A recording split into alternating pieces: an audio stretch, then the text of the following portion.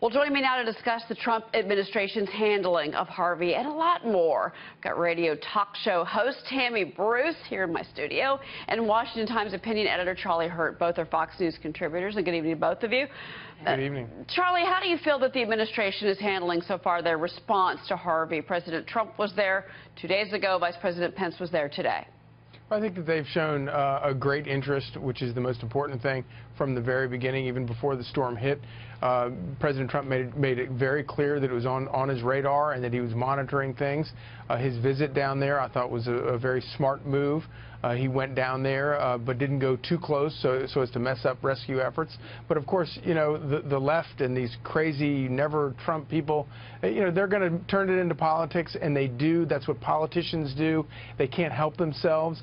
And I honestly think that they only sort of do themselves a huge disservice. They only make themselves look ridiculous when they do it. And it does, you know, worrying about what kind of shoes the First Lady was wearing when she went and got on the Air Force One.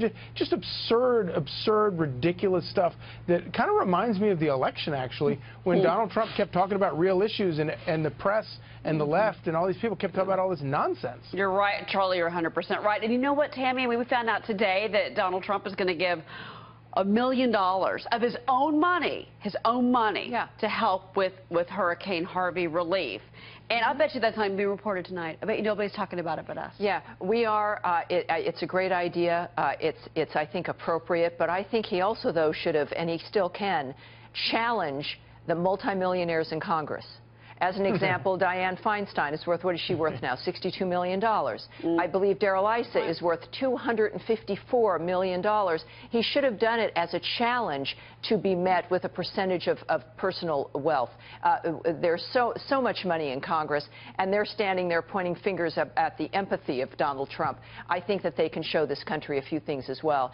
In the meantime, of course, you've got the issue of the Congress, as you mentioned, coming in after taking a month off. And now suddenly, once again, everything is an emergency, coming up to decisions about, of course, the budget, continuing resolutions, children's health care, et cetera. So you've got a Congress. There's a reason why their approval rating's at 15%, because it seems like they don't care about doing their job. You're right. And you know what, Charlie, too, speaking of Congress, when they do come back, they're going to have to, the first thing they're going to do is tackle, of course, flood relief funding. But then I'm curious if you think that they're actually going to hit that budget deadline, whether they're going to raise the debt ceiling or miss that deadline completely. What do you say? Well, I think that they probably understand that there's the reason that there's a lot of pressure on them to get that to meet that budget deadline is because I think that they will get into enormous amounts of trouble back home if they don't do something. And let's face it, the idea of spending 30, 60, 90 billion dollars, which is what people are talking about right now with the Harvey relief bill. That tends to really bring Democrats and Republicans together, the idea of spending other people's money. So I wouldn't be surprised if they didn't actually come together on something before a deadline. But, Tammy, why is it that the president now has to put all this pressure on them, in particular with tax reform? He was already calling out Congress when he gave that speech yesterday in Missouri. Yep. Why does he have to do that? He's got a Republican Senate and House. Well, many people call the individuals who are in the Senate and the House the uniparty. In that it really is one entity that has its own singular interest in mind, that there really is no partisan difference in many ways, and that their interest is in maintaining the monster. And so they get into these habits. They've been in there for decades.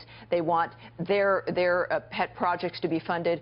Problems, remember, with Superstorm Sandy, all kinds of things tacked on as an example to that bill when it came to money to help the people of New York and the individuals in New Jersey. We've got to make sure things like that don't happen again. But I think the president recognizes that Congress is out of touch and has been out of touch. Look, that's why he's the president. He's been in there 7 months because we wanted somebody with business experience. This is perfect for what people in Harvey's wake need. Man with business experience who knows how to make things work, rebuild things, but he also knows that throwing money at something doesn't solve a problem.